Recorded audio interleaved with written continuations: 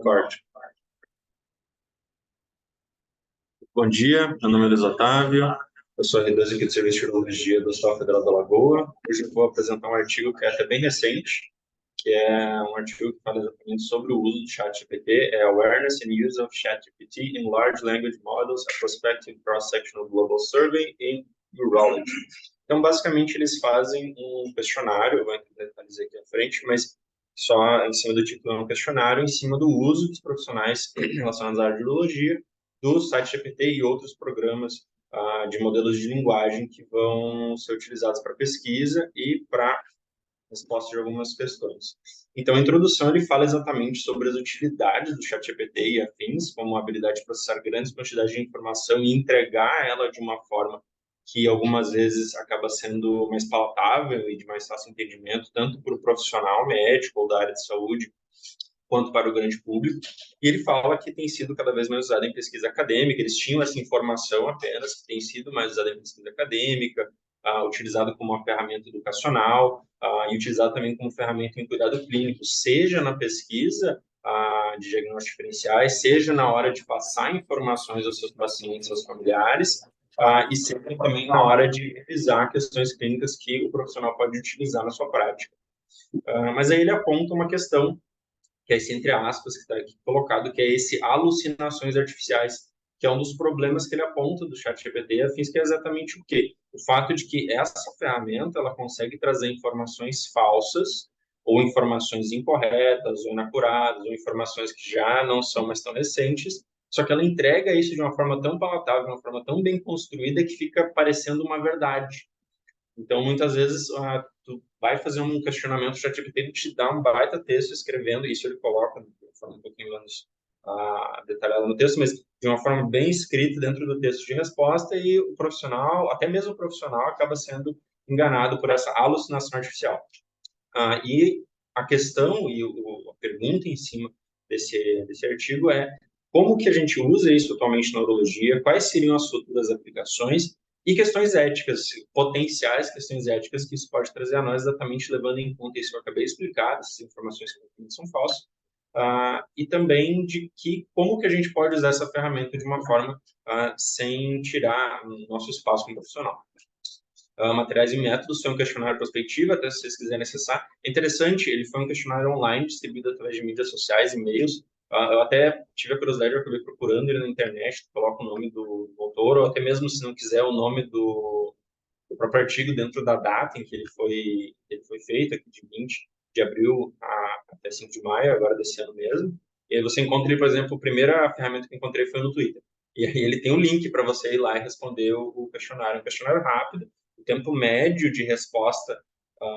dos participantes foi aproximadamente 12 minutos, pelo que ele descreve. Ele faz várias perguntas em cima de que para que você usa, com que frequência você usa, com uma variação que de discordo completamente, discordo parcialmente, neutro, concordo ou concordo parcialmente. Se tiver curiosidade, depois pode olhar o questionário. Mas ele perguntava, então, em relação a essas questões e perguntava também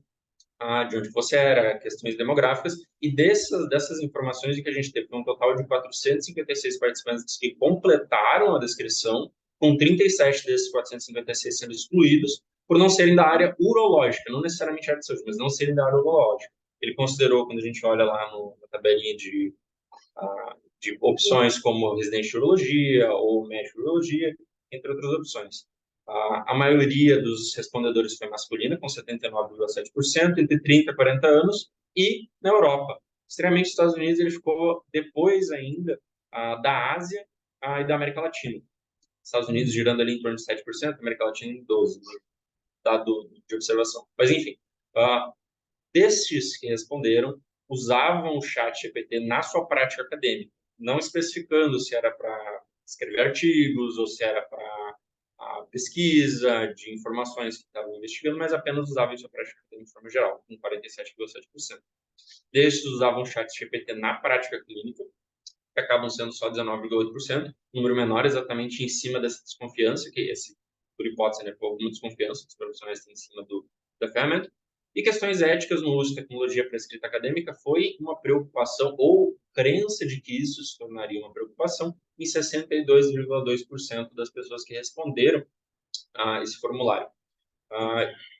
E destes, 53 dos grupos participantes, 53% notaram limitações na prática acadêmica. Não especificando muito, mas de maneira geral, em cima de que ele não necessariamente é uma ferramenta tão boa, exatamente porque ele eventualmente traz informações que não são tão confiáveis, ou de que ele não entrega exatamente aquilo que estava procurando. Aqui uma tabela retirada do trabalho principal, isso aqui só também colocando em forma de gráfico, na verdade, uma tabela em forma de gráfico, a distribuição de quem desses respondedores que colocaram, usavam como ferramenta de tradução, por exemplo, ali em 21,3%, aqui no canto superior esquerdo, usaram para brainstorming de ideias, em 42,3%, follow-up, clínico, educação de pacientes, ali com um número relativamente alto, em 50,4%, nota que os balões, eles têm uma proporção em relação à porcentagem de respondedores que colocaram essa informação na plataforma. E aqui um outro gráfico falando exatamente isso tudo são impressões, gente. Uma questão desse artigo que tem que ficar bem clara, e ele coloca isso de forma bem clara quando ele está escrevendo, isso daqui não é uma informação do tipo, nós pegamos o ChatGPT, fizemos perguntas e calculamos, por exemplo, o número de respostas incorretas. Não, isso aqui são impressões apenas do respondedor. Então, desses respondedores, 34,3% acharam que para aplicações clínicas, notem aqui uma legendinha aqui embaixo, que é o laranja, para as aplicações clínicas, que é esse lado esquerdo, 34% acham que a resposta foi inacurada. Enquanto que para questões acadêmicas, ele teria um número maior de respostas inacuradas, isso também por impressão e por experiência pessoal desse grupo de profissionais. Variabilidade de respostas, a falta de especificidade de resposta. Isso aqui também é uma tabela que ajuda a gente a entender melhor o que eles falam que eu não tive uma certa confiança no que ele apresentou, ou eu acho que ainda não é uma ferramenta tão útil assim para a nossa aplicação. Então, o artigo, quando ele se propõe e ele conclui também, apesar de ser um artigo relativamente recente, ele foi colocado em outubro, já foi aceito, ele é um artigo desse ano mesmo, já foi coletada informação, tudo de forma prospectiva, mas lembrando que ele não faz intervalo de confiança exatamente porque ele é um artigo que vê a opinião dos profissionais e pega esse grosso de números e nos apresenta uma porcentagem em cima dele. Então, isso aqui servia, e a impressão, pelo menos, que passa quando a gente lê o artigo, pessoal, pelo menos, é de que ele entrega o que ele se propõe, que é exatamente mostrar qual que é a opinião geral dos grupos profissionais da área de biologia e entregar isso para nós, para a gente entender como é que os nossos colegas estão pensando e, em cima disso, avaliar a necessidade ou não de alguma investigação adicional. Ele conclui exatamente em cima disso, falando que a impressão dele, quando revisando os dados, vai ter uma questão ética no futuro e isso vai se tornar uma preocupação cada vez mais frequente e que a maioria dos respondedores do questionário que eles desenvolveram concordam da necessidade de que tenham alguns guidelines éticos no futuro, que vão ter que existir alguns guidelines de uso dessas ferramentas, que estão se tornando cada vez mais presentes no nosso meio. E é um artigo relativamente curto, eu encerro aqui.